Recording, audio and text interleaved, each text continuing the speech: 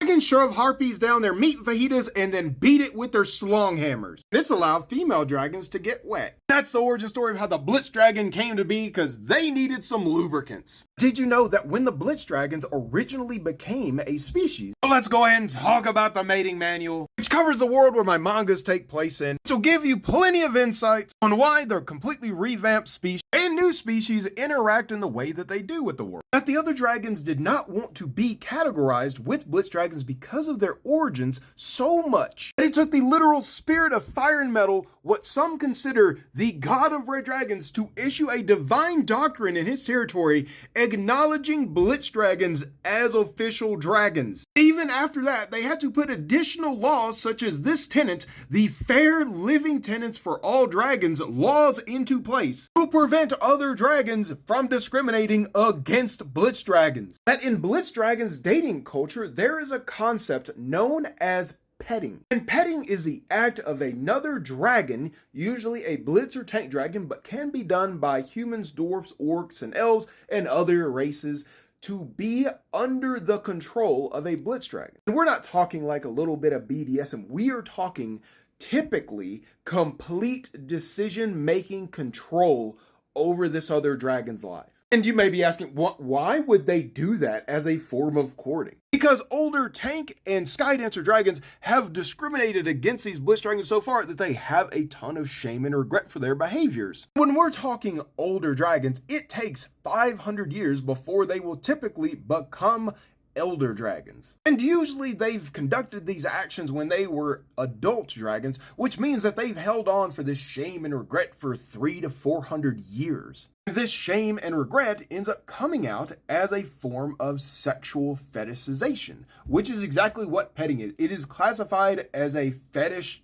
dating culture. Because when the breeding teams conducted an interview with 47 of these couples, if you will, 50% of these individuals said that they do this because they feel that they deserve to be punished. And 85 of that 50% said they have strong sexual emotions when being commanded by their Blitz Dragon owner. While the other 15% have moderate to no sexual desire when they are being commanded. Okay, well, that's 50%. So what about the other 50? 30% say that they're simply tired of actually just making decisions. After living for so long, they just want to live life. They want to live in the moment. They don't want to have to make decisions. They're tired. And they feel that Blitz Dragons are the most equipped to take care of them. While 18% have kind of found themselves in this relationship as the relationship has developed, and they feel that that is a new side of submissiveness that they have found to enjoy. Usually these individuals have the healthiest levels of consent in between the master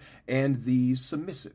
But 2%, one person out of that entire interview said that he believes that Igni, the spirit of fire and metal, has ordained Blitz Dragons as a divine race and that they are superior and he deserves to be under their control. One interesting little fact is typically the people conducting petting are elder dragons to younger Blitz Dragons. Like, for example, that divine situation I just described, yeah, that was an elder dragon to a 120-year-old Blitz Dragon. Dragon becomes adult at 101 and they become an elder at 500. That's basically the equivalent of a 68-year-old man with like a 19-year-old. While the greater dragon community definitely have some feelings toward this practice, reality is over the course of the Blitz Dragon's existence, they have adapted a unique subculture of all the dating practices from different dragon havens to adjust to the situation that they have found themselves in. Remember, all this lore comes from the worlds where my mangas take place in because they share the same world.